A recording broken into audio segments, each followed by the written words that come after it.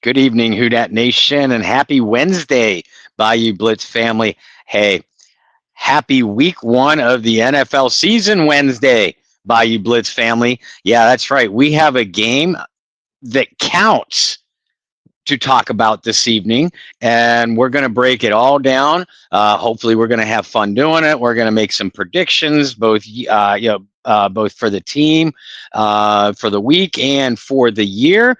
And here to do all that are your two Bayou Blitz co-hosts. My name is Bob Rose. Over there on the other side of the screen, he's Brendan Boylan, and Mr. Boylan, happy 2026, 2025 NFL season eve. Yeah, you too. I did my fantasy draft about 2 hours before we went live. So we just snuck that in there. Just got the deadline. Any Saints players? Yeah. So I named my team the Golden Rattler Snakes. Okay. But I got Chris Olave. I want to say in round 7 or 8. So I thought I got pretty good value for Olave. Of course, very late in the draft, you get Rattler just because it's the team name. Mm-hmm. Those are the only Saints. We have a league where myself and my friends that are married, our wives play as well. So naturally, Katie got Alvin Kamara. We're sitting across the table from each other. I was like, what the hell? When did she get him? I don't remember what round. It was decent value. It wasn't bad value. It's not like she reached or anything.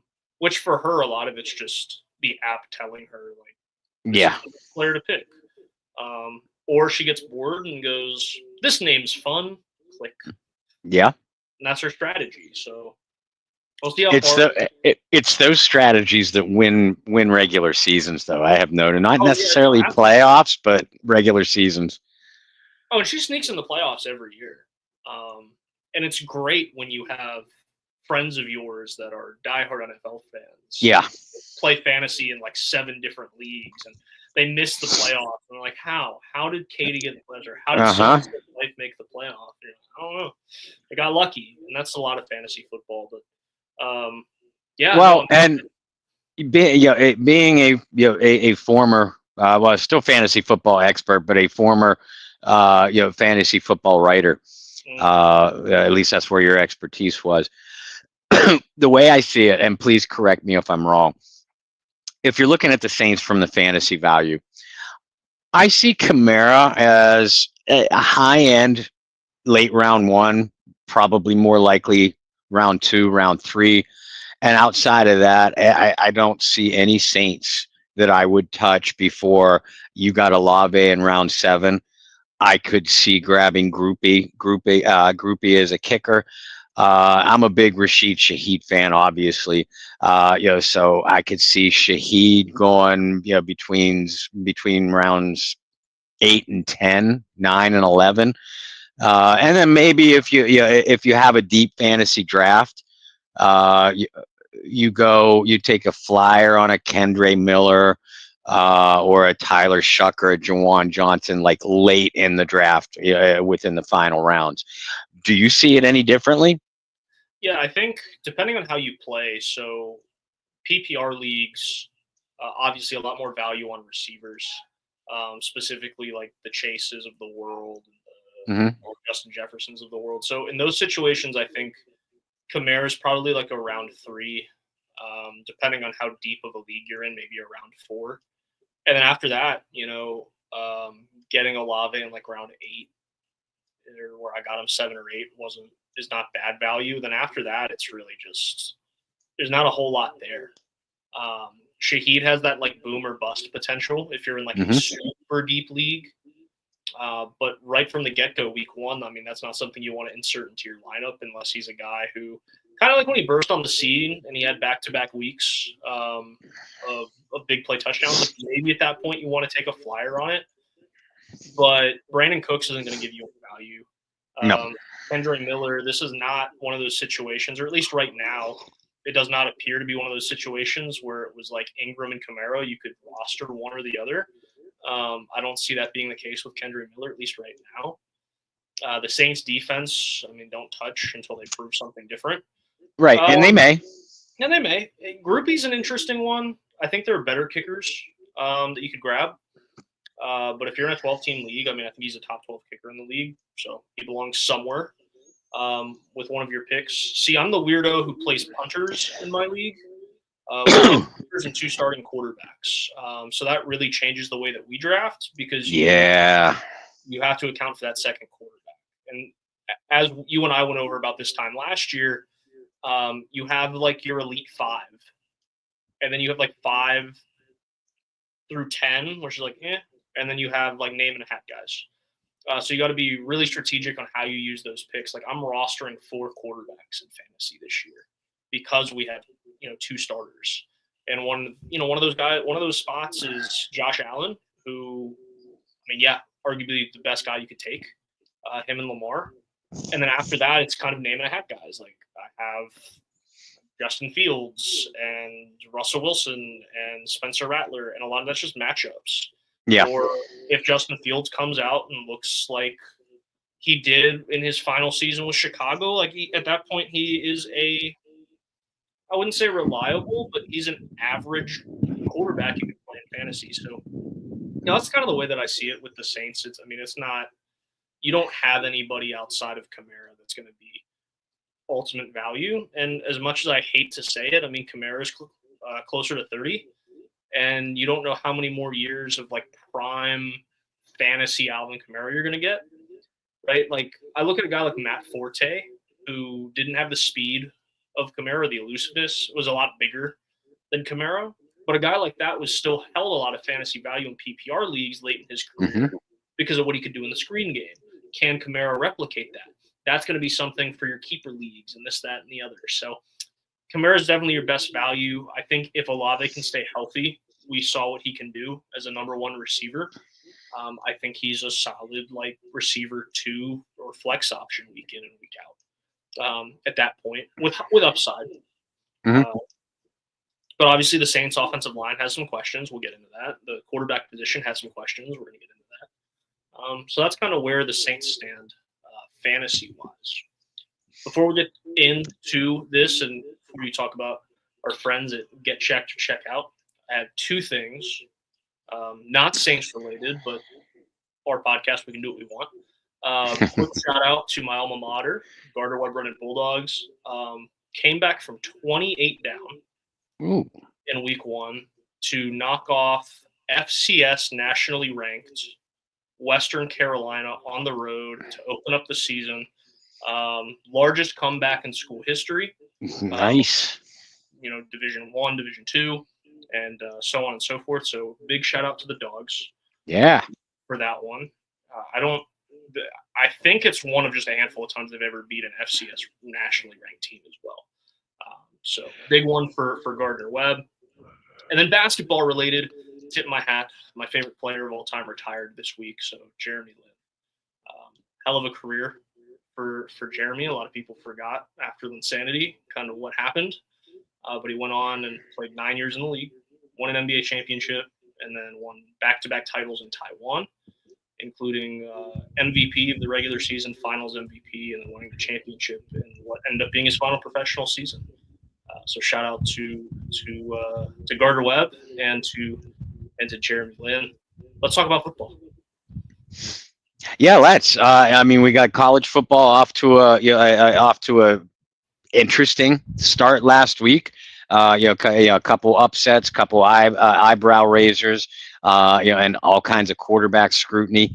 Our NFL season gets officially kicked off with the Dallas Cowboys and Philadelphia Eagles tomorrow evening, with the rest of the games on Sunday, other than the Monday night matchups. But our New Orleans Saints are hosting the St. Louis. Wow. I am old. I am old. Arizona Cardinals on Sunday at noon in the Superdome. New gold uniforms, gold end zones, black helmets, new starting quarterback. But we're going to be here to analyze it all, not only tonight, but we're going to give you a Bayou Blitz post game show as well. And as we get closer, we'll provide the links to jump on with us live. And as always, you can catch all of our weekly shows, including post game and our weekly broadcasts on Apple Podcasts, Spotify, YouTube, in our Bayou Blitz Facebook group, wherever you like to catch us. So if you miss us live, you can catch us on the rebound. And if you're in love with us that much, you could do both. And for those of you trying to catch catch links or information, you might just want to hit that subscribe button on YouTube, and go back and catch a couple of these, because something that Brendan and I are proud of here at the Bayou Blitz is helping promote an organization called Get Checked or Check Out. Get Checked or Check Out was co-founded by a very good friend, Shireen DeWalt. She basically runs it, and the organization itself is there to provide services, for not only patients but their families. When you get some possibly dreaded medical news, you don't know where to turn. That's where these guys step in. They could steer you in the right direction for treatment, research, therapy, both individual and family, as well as other things. But again, they're a charitable organization. So even though they're there to help us, they need our help to help them. One of the main things that they do every year, to raise money, is the original Go Black and Gold Celebrity Charity Fan Cruise. Now, myself and my family were fortunate to attend the cruise for the first time last year, and I fell in love with it. I'm going to be a lifer from here on out as long as they'll have me. Anyway. They do this thing annually, and the 2026 cruise is from Thursday, March 26th through Monday, March 30th. Now, this year's cruise will not be leaving from New Orleans. It will instead be leaving from Jacksonville, Florida, and it will be docking. Its destination will be the Bahamas. 2 stops of Celebration Key and Nassau. Again, that's Thursday, March 26th. Through Monday, March 30th. But you need to book your cabins now. It's a Carnival cruise line, and the easiest way to book your cabin, and you can do so with just a down payment now, with the balance not due until the month after Christmas. So that's very helpful. But you can book through Summer Cochran directly at Seven Seas Travel. Summer's number is 985-643-6958. Now that's her cell, so you can either text or call, whichever is easier for you. When you book, make sure you mention us. Make sure you mention the Bayou Blitz, and Summer will know exactly how to take care of you. But again, you have to book now. The sooner the better, because these rooms are going to start to go really fast. And again, this year's cruise is March 26th through March 30th, from Jacksonville to the Bahamas. If you're coming from New Orleans or the Gulf Coast region, there are packages that Shireen is putting together that will be leaving from New Orleans. All you guys that are going on the cruise from that region, you can leave together from New Orleans to go to Jacksonville and dock on your ship. We'll provide more information about that as is available, and you can reach out to me directly too. If you need Summer's contact information, if you need Shireen's contact information. The organization again is called Get Checked or Check Out. The website is right at the bottom of the screen, tcynow.org. That's also a great way to donate for the charity in case you cannot go on the cruise. But seriously, I mean, this cruise is not only a great and amazing charity, it's an amazing time. All the Saints fans, we're all going to be together. We have kind of our own section of the ship, our own rooms for activities. We'll eat dinner together. We'll hang out together, and it feels like a family reunion. It truly does. And even better, there are Saints greats that come on this thing every single year, and the 5 that are confirmed so far for this year are Delvin Breaux, Tyrone Hughes, Michael Lewis, Courtney Roby, and Pierre Thomas. There are going to be a couple more added, but those are the definites right now that have confirmed. And those guys and their families, they're intermixed with us too. Other teams, even the Saints, in the events that they run and sponsor. When these Saints players, current or former, are involved, you only have certain accessibility to them. On this trip, they're hanging out with you the whole time. Dinner, Q&A sessions. There's a terrific, highly competitive putt golf tournament. There's going to be a karaoke contest. There's going to be some beach volleyball once we get to the Bahamas. So there's some competition going on too, but really it's a blast. So please get a hold of Summer, book that cabin now. All you need is a down payment. And then you could save up and pay the rest off once we get into the new year. Whether you're an experienced cruise goer or a first timer like I was last year, it's a truly amazing experience, and it's unforgettable, and one that I'm going to continue to build into my yearly vacation planning.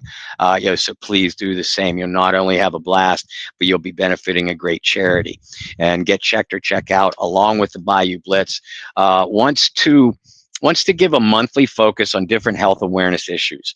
Now that we're into September, and I hope all of you had a great Labor Day weekend, by the way, but September is Prostate Cancer Awareness Month. That hits home with a lot of individuals, and if not you as an individual, I guarantee it hits somewhere in your family.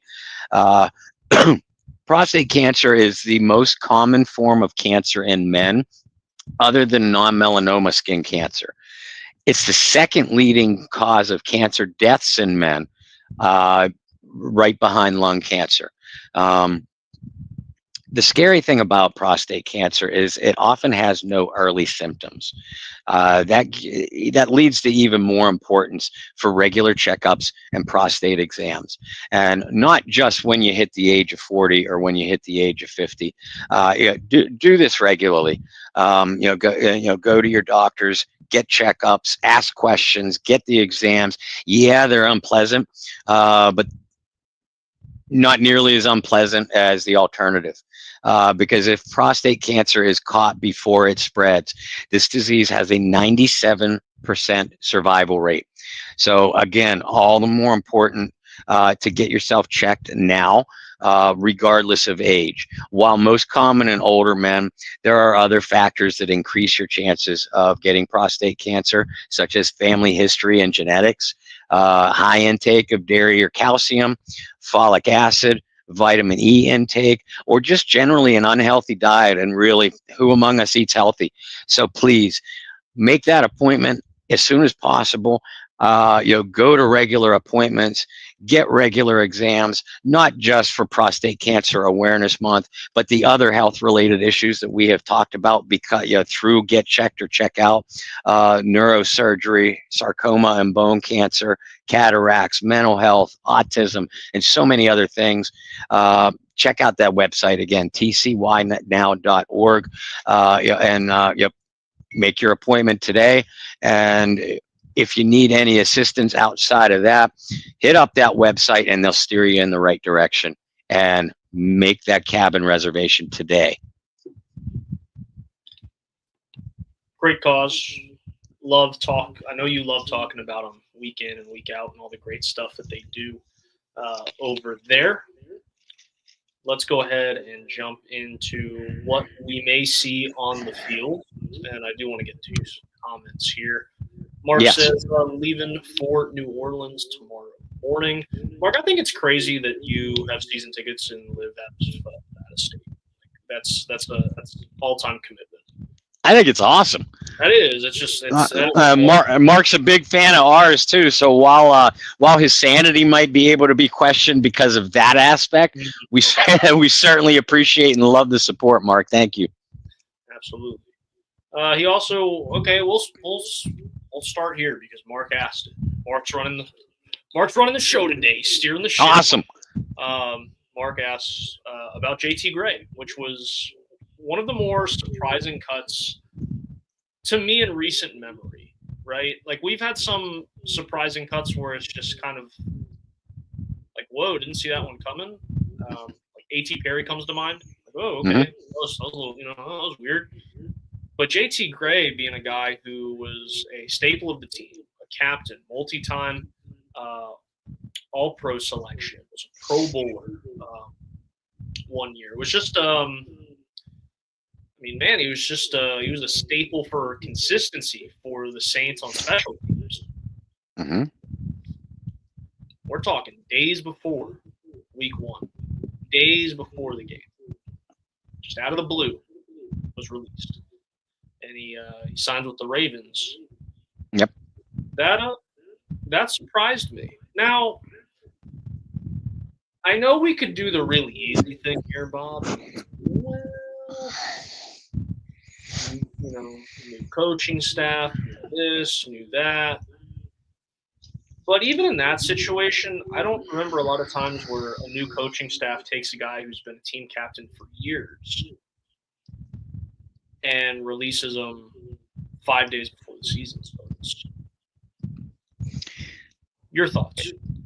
Listen, one of the most painful things about a rebuild, and by the way, a rebuild that a lot of you fans have been calling for the last 3 or 4 years. One of the most painful things about it is some of the staples of the team, the faces of the team, the veterans you've come to know and love and celebrate. They go away. And when you look at this roster right now, it's hard to find a fit for JT Gray outside of I'll set aside special teams just for 1 second. You have 2 new starting safeties in Reed and Blackman. A guy who looks like he is going to be a big defensive factor in the rookie Jonas Sanker. And you have Jordan Howden, who's played some snaps, and Ugo Amadi, who's basically your backup slot guy behind Alontae Taylor. That's 5 safeties, and the team's already carrying 5 cornerbacks. And I think every single one of us can see Kool-Aid McKinstry, Isaac Yiadom, certainly Alontae Taylor, Quincy Riley, and even Restaurant Wright making contributions for this team. That's 10 defensive backs. There was no way in heck that the New Orleans Saints were going to carry 11 defensive backs going into the regular season. Now, so who becomes expendable? Your guy that's only played less than 100 defensive snaps since he came into the league in 2018. That's JT Gray. And yeah, I know JT Gray is a great special teamer, a terrific special teamer, and remains so. But Scott, former Saints linebacker, Scott Shanley, tweeted out something that Alan Ulrich mentioned on our Under the Dome broadcast last night that I agree with. With the kickoff rules changed the way they have now, and when you have a guy like Groupie, who 90% of the time drives his kickoffs out of the end zone anyway, that makes a big part of what JT Gray contributed to you irrelevant. Now Gray is still a strong punt protector. A good coverage on punt, very good coverage on punts. But you've just basically eliminated a large portion of what JT Gray could contribute to your team with the new kickoff rules. So I understand the move. I get that it's painful. You don't want to see your guys go away. It's going to be a sad day when Cam Jordan, Demario Davis, Alvin Kamara hang them up. JT Gray, you don't put in their same category, but he's been a staple of this team, like you said, Brandon, since 2018. Again, I see the logic behind the move here. And it wasn't to make an example, releasing a key team captain to keep other people in mind, or in line, excuse me. It was, what can JT Gray contribute to this football team? And, on the defensive side, it wasn't going to be very much. So it was a move that they had to make. I want to talk about one other move before we start previewing the game. One that didn't make a lot of sense to me. I think it went under the radar because it wasn't, it wasn't like breaking news. It didn't sound alarm bells or anything. Was I the only one who thought it was really weird that you go from waiving Jake Haener to bringing him back to the practice squad to elevating him back to the active roster? Because to me, that signals that whatever plan you had to bring in another quarterback fell to the wayside very quickly.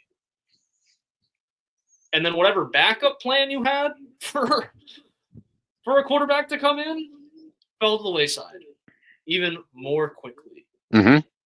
I don't think it was the intention of this team at all. 0% chance in my mind that they planned on keeping Haener on the active roster at all this year. It was slim chance. I agree with that. And what you said about their plan, and we don't know this for sure. There are only theories and speculations. But we all we all believed that the Saints were probably going to knock on the door of a couple veteran quarterbacks to bring in as the emergency quarterback, or perhaps even to compete for a number 2 job. That obviously failed. My own personal theory is that flew out the window as soon as Kenny Pickett was not released by the Cleveland Browns and instead traded to the Raiders. The Raiders aren't going to immediately cut him because they just gave up a draft pick for this guy. I think that's what the Saints had. Kellen, more specifically, had been waiting on Kenny Pickett to become available and him to sweep in. That didn't work out. Now, I'm not surprised that they have a third quarterback. I think most teams, with the rule now, that you can carry an emergency third quarterback on your game day roster without it counting as a roster spot. You're almost moronic if you don't carry a third one. The fact that it was Jake Haener, it surprised most of us. But Kellen probably views this as, okay, at least Jake knows my playbook. He's played in a couple preseason games for me, had some reps at practice. So if I have to call on him in an emergency, at least he knows that until someone else becomes available.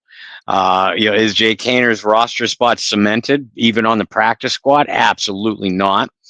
But it is for week 1. So Jake Haener is still employed in the NFL as we sit here this evening. A question in the comments from DJ: what is the contract of Taysom Hill? Taysom's in the final year of his contract. Mm-hmm. He carries quite a cap hit. Yeah, I believe it's $8 million, if I'm not mistaken. Then the next 2 years are voidable years, as the Saints love to do.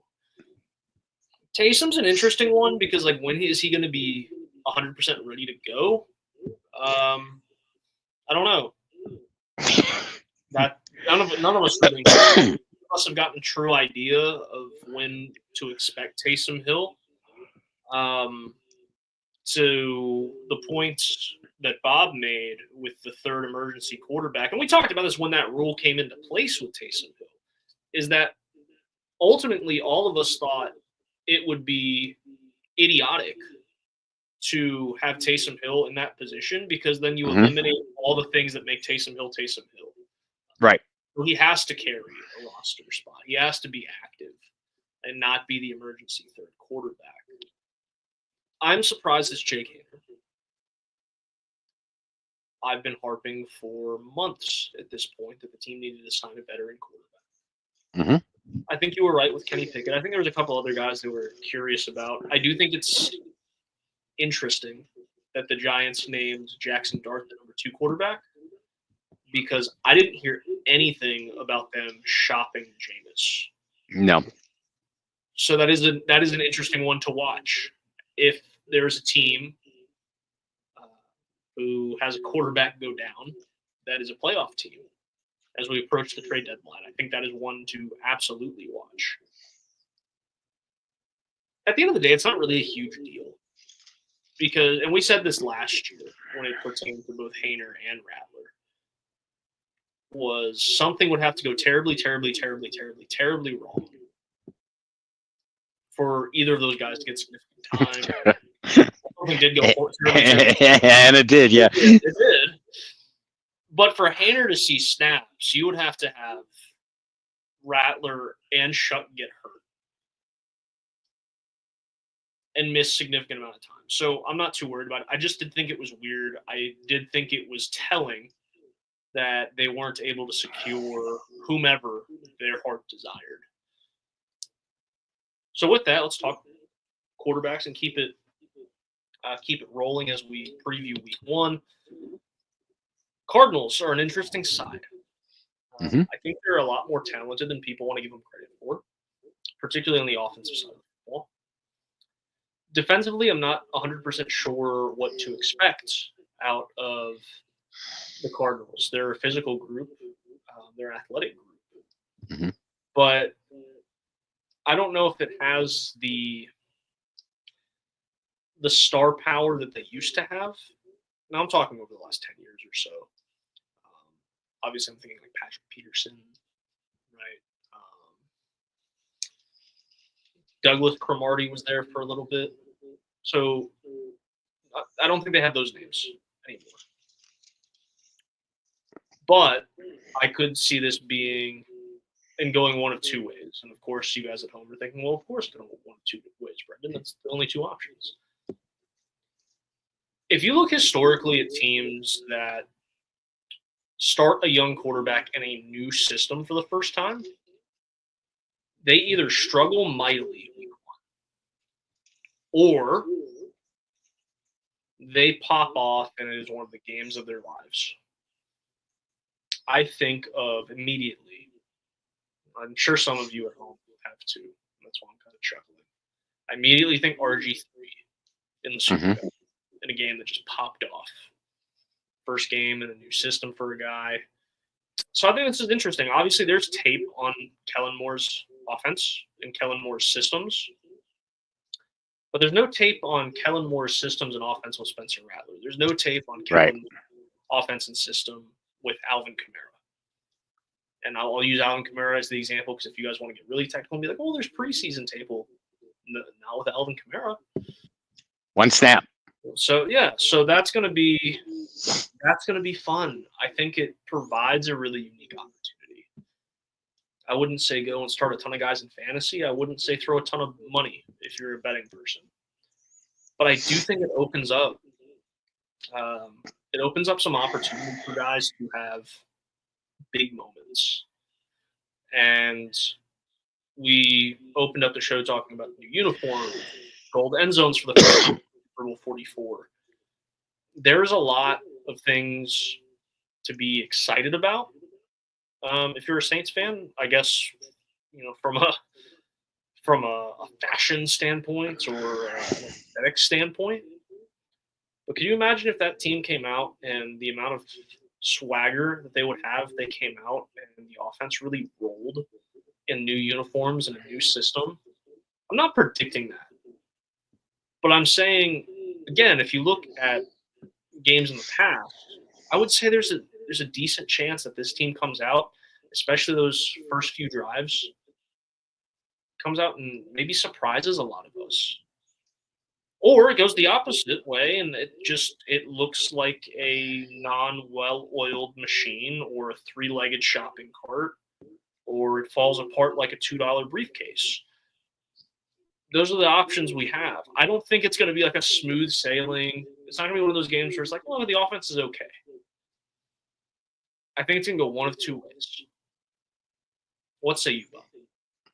Well, and Brendan, I say this often, and I say this often every year.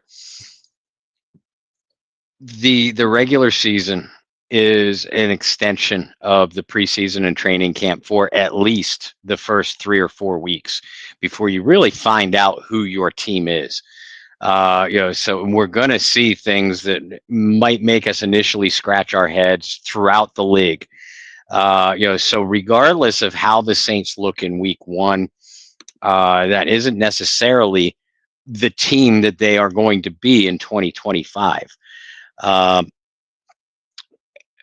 But I mean, having said this, I think that this is a winnable game, for New Orleans. I'm not a big believer in the Arizona Cardinals at all. I agree they have some intriguing athletic pieces on offense. Some intriguing young building blocks on defense. Both of which we'll talk about in a minute. But I'm really excited to see what kind of game that Kellen Moore calls offensively. You mentioned Kamara. I wonder out loud often how he's going to use Rashid Shaheed. Because I mean, Rashid is so much more talented than just a guy that could take a top off of a defense. But we've seen Pete Carmichael fail at utilizing that. We've seen Clint Kubiak fail at utilizing that. So what are Kellen Moore and Doug Nussmeier going to do? You and I both kind of like the receiving depth now. How do they use that? How is Kamara going to be used? What kind of player has Spencer Rattler developed into, if there's been any development at all? Those are going to be the things to watch, on that side of the ball for the Saints. In addition to the offensive line, where you're already down one starter, with Trevor Penning highly doubtful to play. You're going up against the Cardinals defense that statistically last year wasn't good. They were 21st, 25th in average yards per carry. And they didn't have a guy get more than 5 sacks. All those statistics, by the way, sound very similar to the Saints defense, which from last year, which we'll talk about in a second. But the Cardinals this offseason, they had a couple big additions. They drafted Will Johnson, a cornerback you really like from Michigan. They already have 2 really good safeties in Budda Baker and Jalen Thompson. They added Baron Browning, a very good linebacker, and drafted Walter Nolan II, a very talented defensive tackle, along with signing Philadelphia Eagles stud pass rusher Josh Sweat. So this is a defense that's going to challenge the New Orleans Saints offensive line early and often. So how is Spencer Rattler going to respond to that pressure if he's not protected? That's going to be obviously the key to the game, along with, are the Saints going to be able to establish the ball, the football through the run? Are they going to be able to move the chains and sustain drives? And then if they do sustain drives, can they finish? I know I sound like Captain Obvious, when I say those things, but those are things that we did not see the Saints do consistently in the preseason.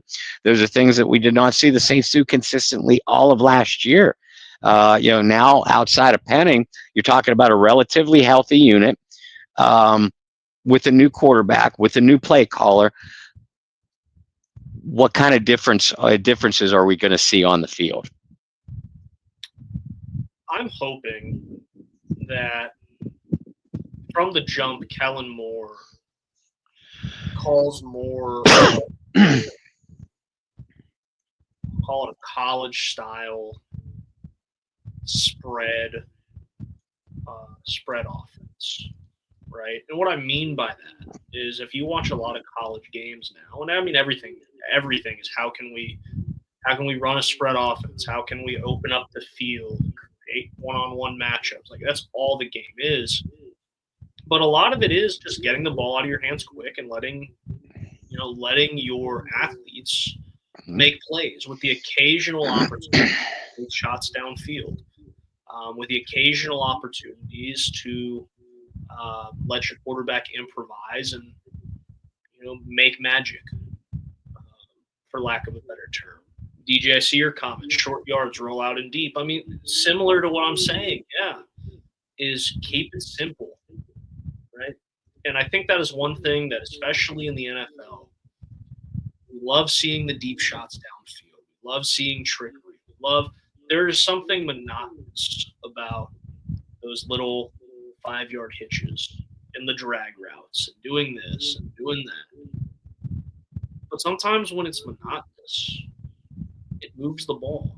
What did Jim say last week? And it really stuck with me, right? When I asked him, hey, if you had just one sentence you could say to both guys going into this last week, what would you say? And of course, Jim being Jim says, I need a whole paragraph. I can't But he did say to keep it simple, move the chains. And that really stuck with me, right? Because you look at the teams that have been good over the last however many years. Yes, you have really stellar quarterback. But ultimately, what makes the difference? Yeah, it's fun watching Tyreek Hill score, 70-yard touchdowns and watching Tua launch that thing deep. But if the Dolphins really made a run,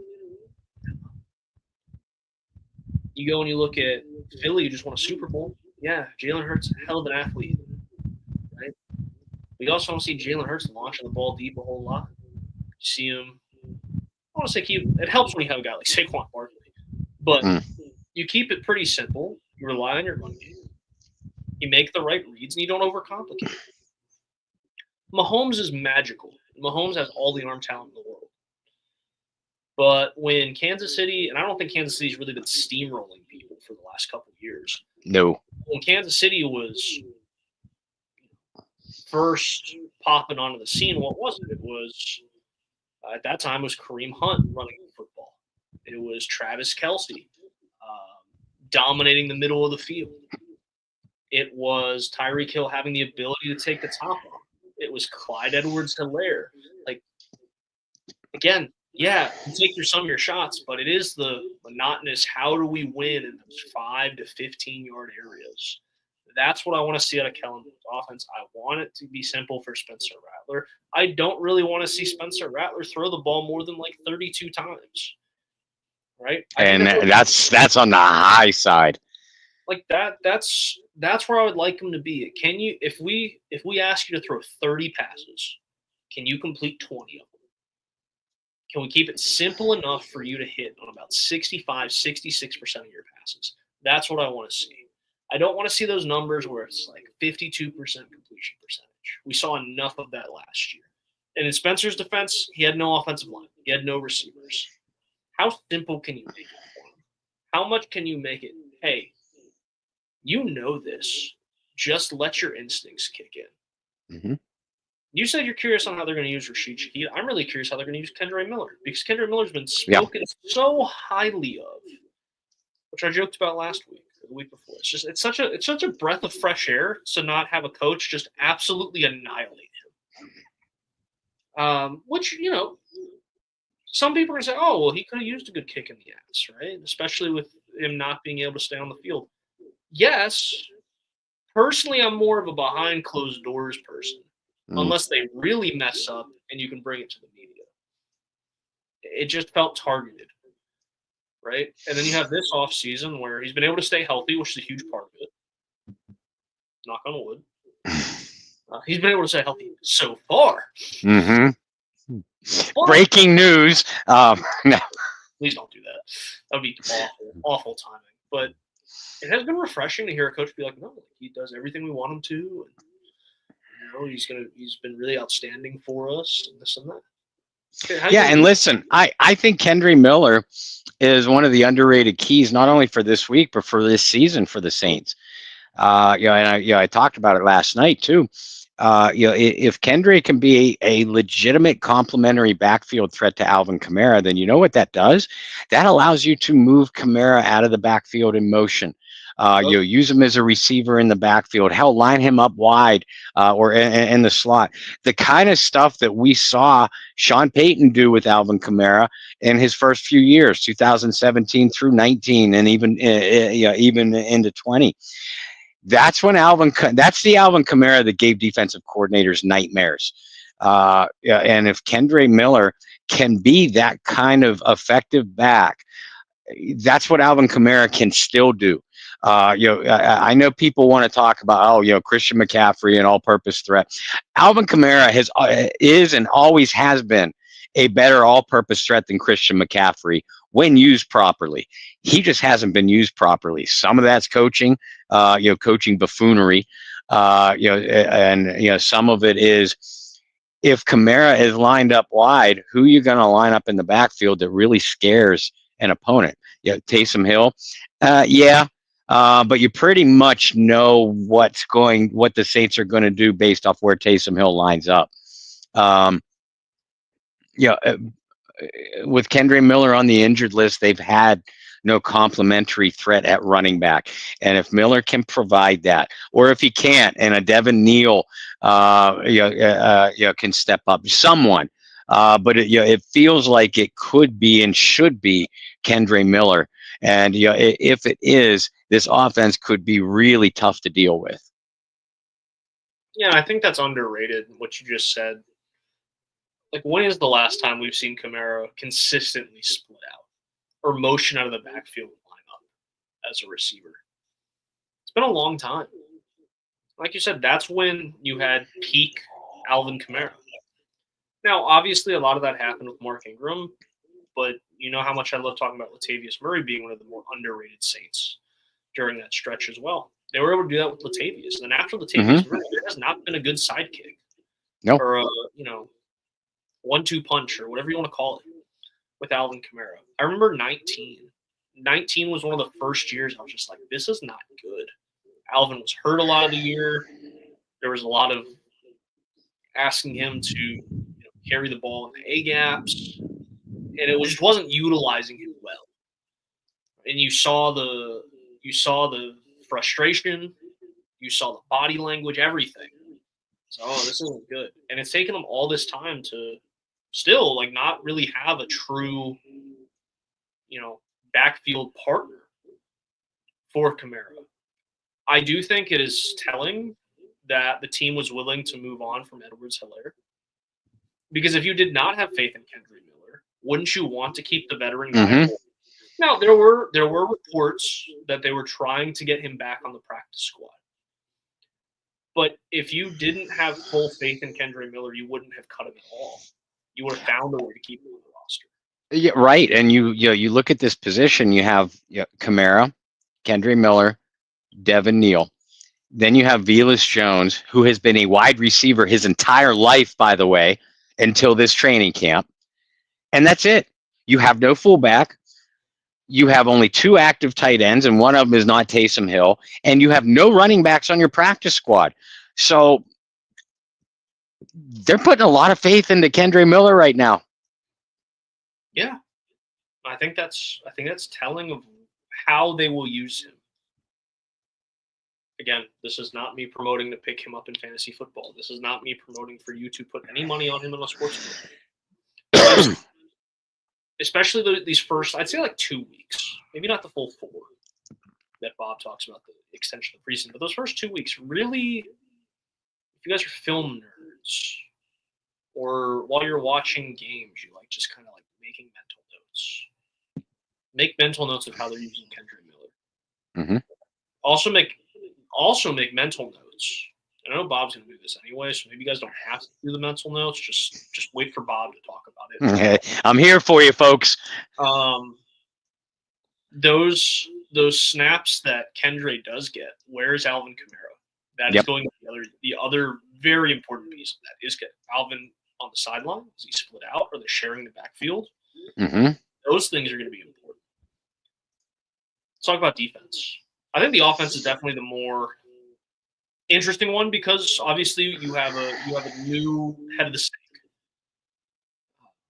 I did not mean for that to be a pun. All of you guys. Yeah, you did. I did not. I'm sorry.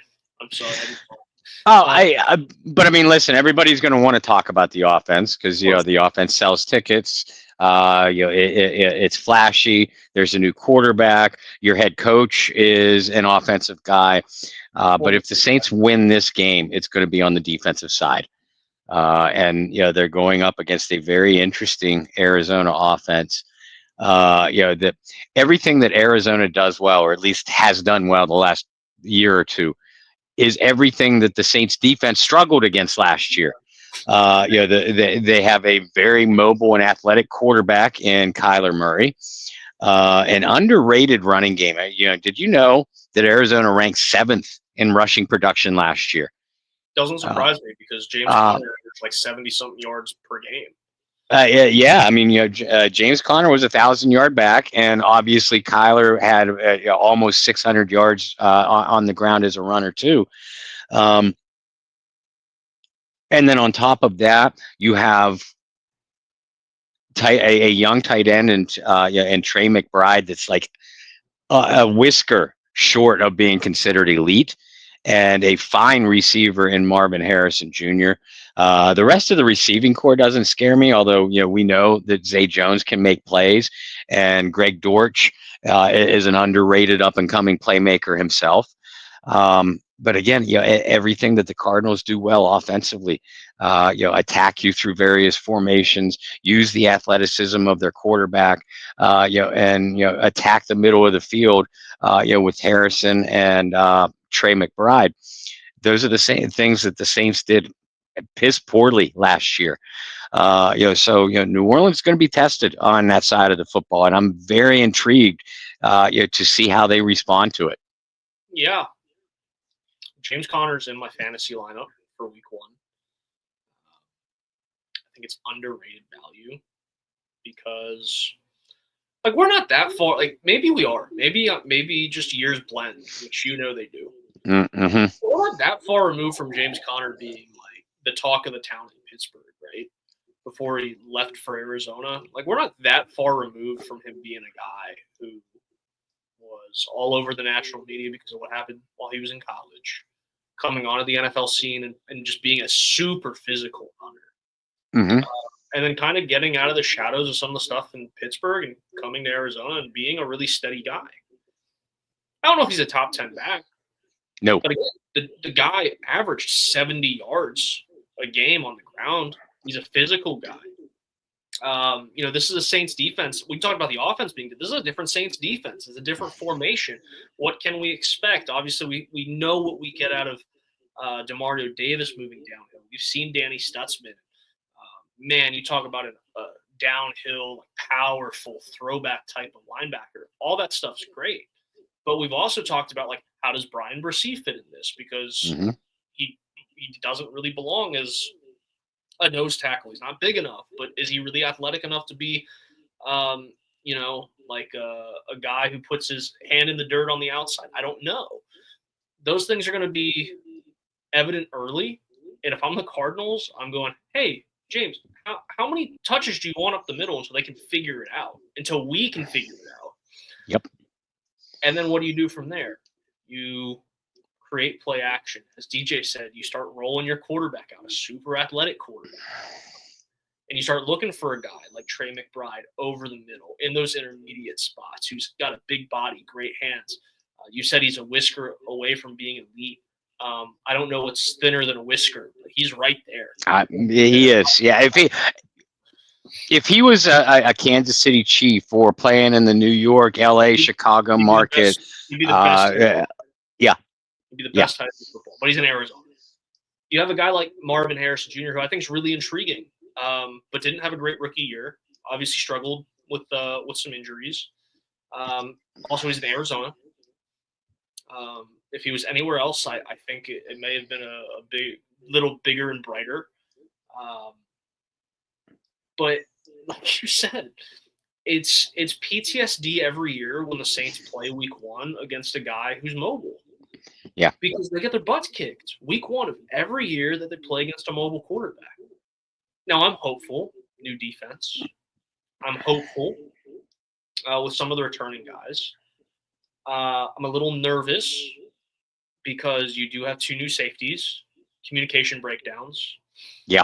I'm nervous because you have some really young corner talent, as much as I like Kool-Aid McKinstry. Right? Those things are concerning. I fully expect the Saints to surrender points. Right? I fully expect this to be if the Saints win the game, both teams are scoring 21 plus. But as you said at the beginning, if the Saints want to win this game, it's going to start with the defense.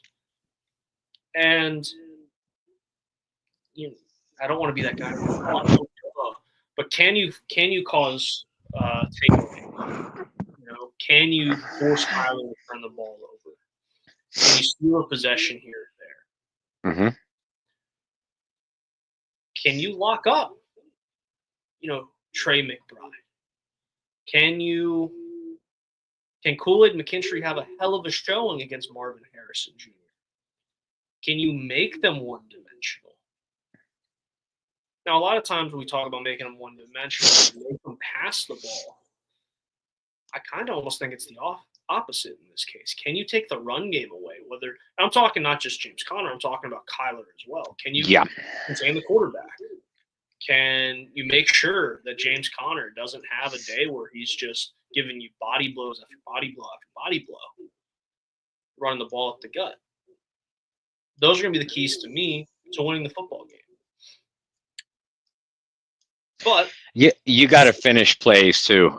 You got to hurry Kyler Murray, make him uncomfortable, get him to the ground, finish plays for Christ's sakes. And I'm looking at Chase Young and Carl Granderson in particular, but also Brian Bresee, Cam Jordan, those guys. When Kyler, not if, but when Kyler Murray, it goes on the move, breaks containment. You got to track him down. You got to prevent him from getting to that, those sticks and moving the chains, prevent him from making big plays, force him into bad throws and bad decisions with the football, and just beat him up a little bit. You talk about the body blows, not wanting to get the body blows from James Conner. You want to give them to Kyler Murray. And rough him up, because he's always been the kind of quarterback that thinks about those kind of things later in games. And he's a tough kid. He's not going to wimp out or anything like that. But it still gets inside your head. But if you're not finishing plays and he's running all over playing playground football, that's just going to make it that much easier for James Conner to find that running room between the tackles, and that's going to spell disaster for this defense. And Kyler Murray playing playground football or recess football, that's where he really excels. Mm-hmm. That's where he excelled in college, and that's how he's excelled in the NFL to this point. Let's give some predictions, talk about this one a little bit. Let's do a bold prediction, something to watch for, and then we'll give kind of like key players and kind of wrap it up. So for me, bold prediction for me is Olave, Shaheed, and Juwan Johnson all have at least 50 receiving yards in the game. Wow.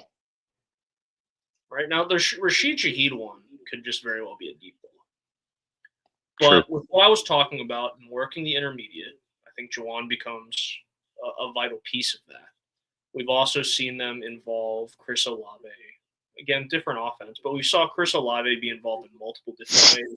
Multiple games last year where he had 8 receptions. I think him getting to 50 is reasonable.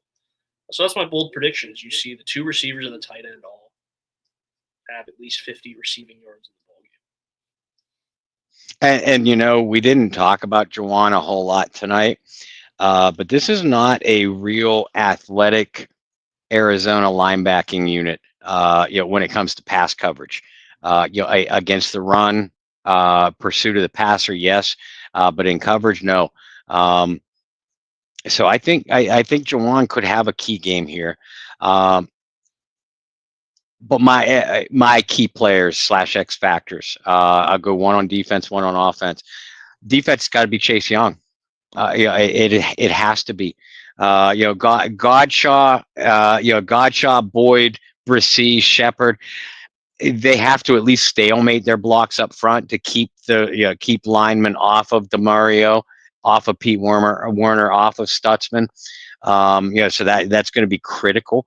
But yeah, Chase Young is my one player to highlight going up at, he's your most athletic pass rusher, going up against an athletic quarterback in Kyler Murray.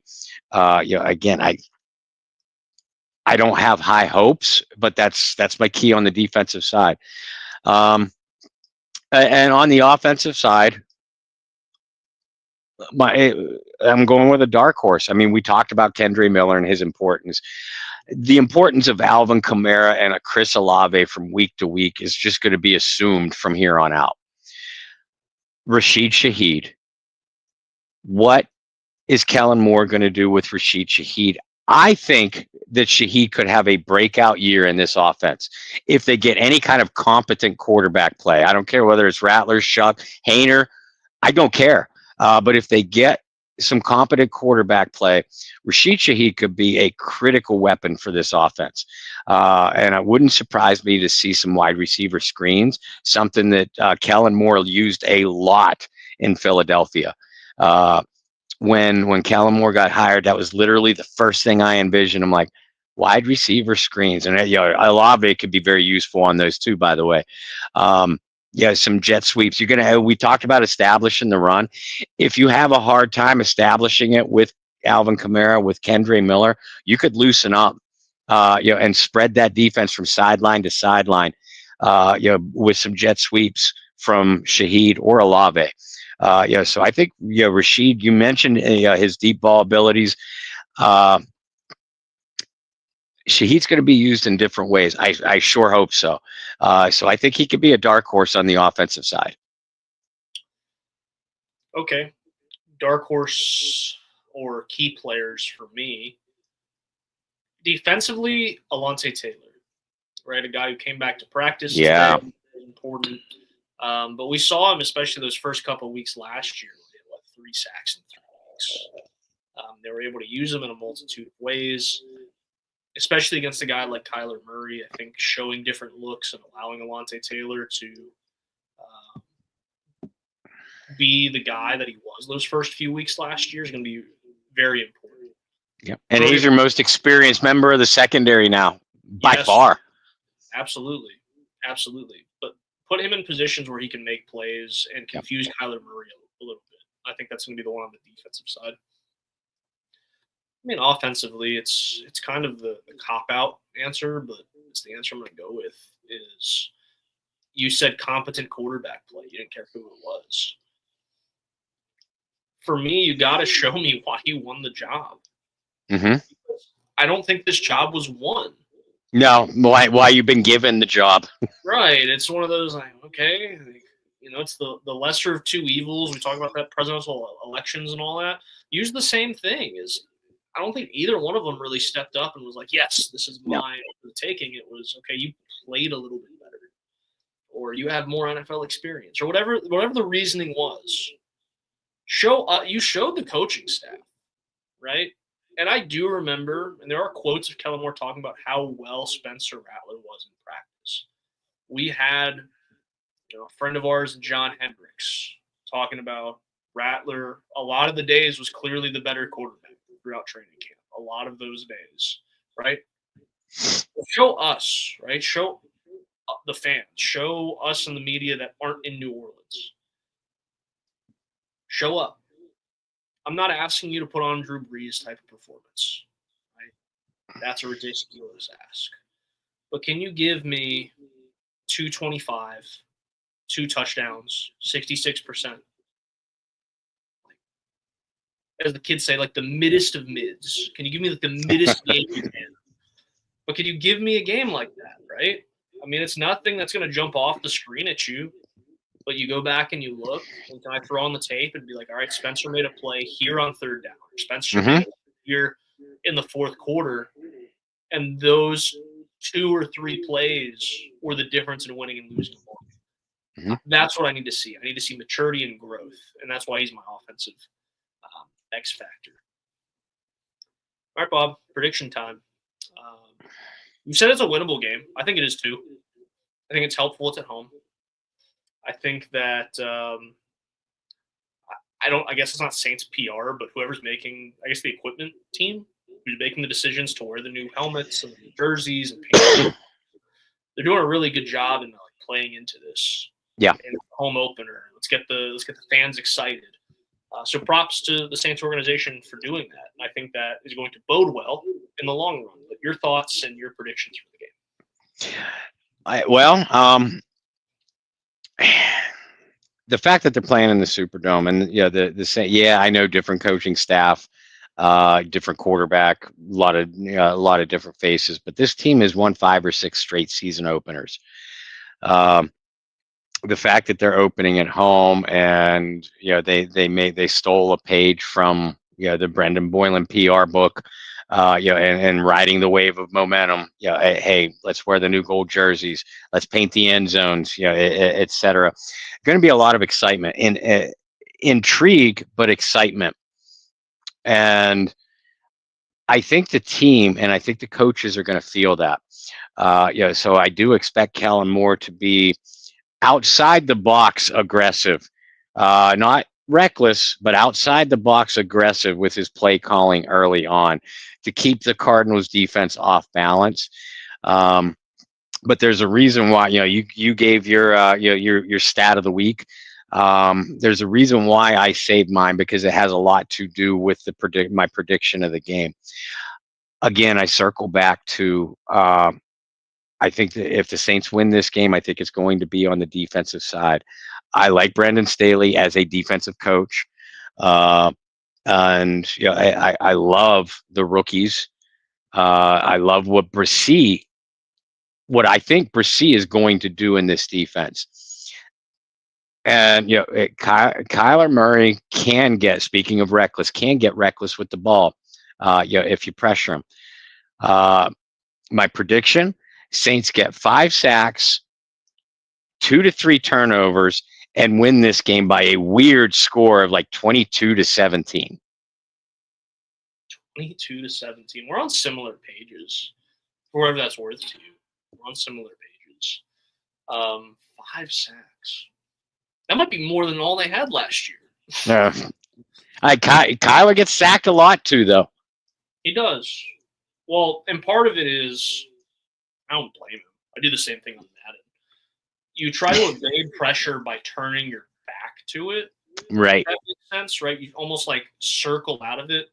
For all of you OG Madden players, it's what we all did with Michael Vick in Madden 04, right? You just run circles until, defensive linemen run into each other or run into the back of your offensive tackle, whatever the case is. Well, Kyler does that a lot, right? He tries to extend plays with his legs. And sometimes it ends up running right into the pressure because he's turning his back from part of the pressure and running straight into more of it. That's bold. Because, again, what was the stat? What was your stat last year? Where it was defensive end, no defensive end had more than however many sacks, or no defensive lineman, or whatever it was. For the Saints, the Saints defensive ends and edge rushers had 17 sacks as a unit. There you go. Okay, I knew it was something silly. So 5 in one game. Okay, so for me, you said 22-17. The number that came into my mind was 21-17. So we're close. I think the Saints do win. I think they're. I think that the crowd plays a big part in it. I'm going to cheat and have another bold prediction. I'm going to predict that the Saints score on their first drive.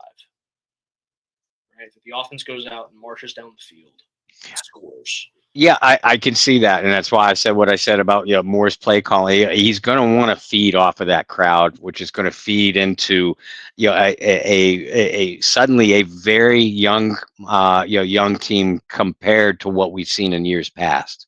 Absolutely, and I do think there's a different swagger that comes with that. So that's what I'm looking forward to.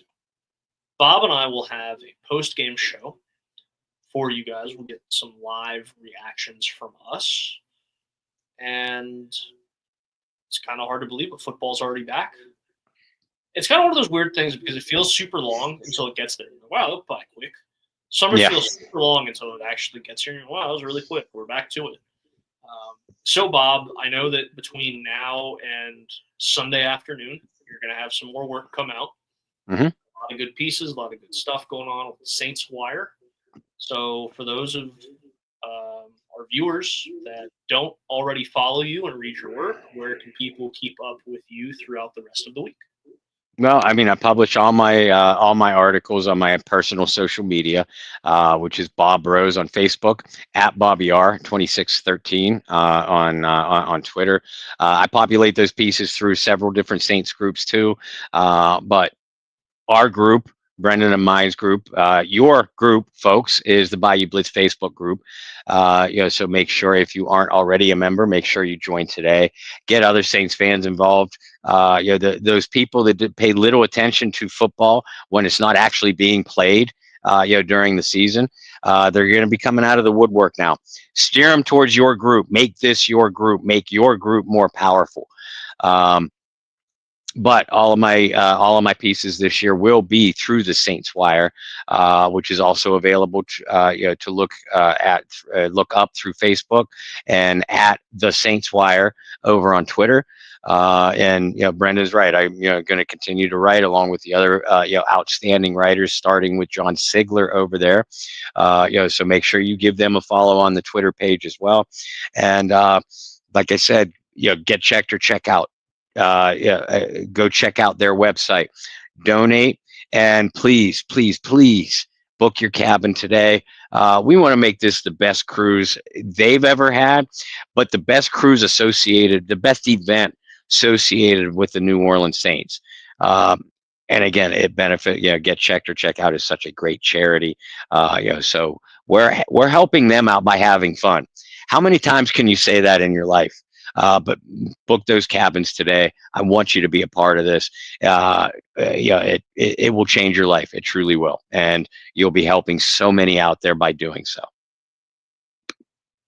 For myself, you can follow me just about everywhere at BT Boylan. I'm a free agent going into the season, which is different. I don't know the last time that I wasn't doing something. Well, I guess last year, this was the only thing. No, because we had done some deals that did not pan out. Yeah. No. At all. So it's the first year. My message to them. There we go. We won't name names. We won't drop names. There's too many names to drop. Yeah, that's the only reason why we won't. Yeah, but this is, honestly, this is the first year since 2016 where I'm not under contract with somebody going into the season. Might be. Which is weird. It's nice, but it's weird. So, yeah, you can check us out here on the Bayou Blitz. You can follow the page on Twitter, Bayou Blitz Pod. You can subscribe on YouTube, Bayou Blitz Pod. And we'll have a live post-game show for you guys on Sunday afternoon. If you guys want some fantasy stuff, maybe we'll just do like a Substack. You guys let me know. If you guys want me to do that, I'll be happy to set something up and write some stuff for you guys to read. But until I figure that out, go follow Bob. Go read his work. Even when I do figure that out, follow Bob's work. He's really good. Thank you. And we will see you guys on Sunday. So until then, find some peace, spread love, practice positivity, and enjoy the start of football season. We'll see you guys on Sunday. You got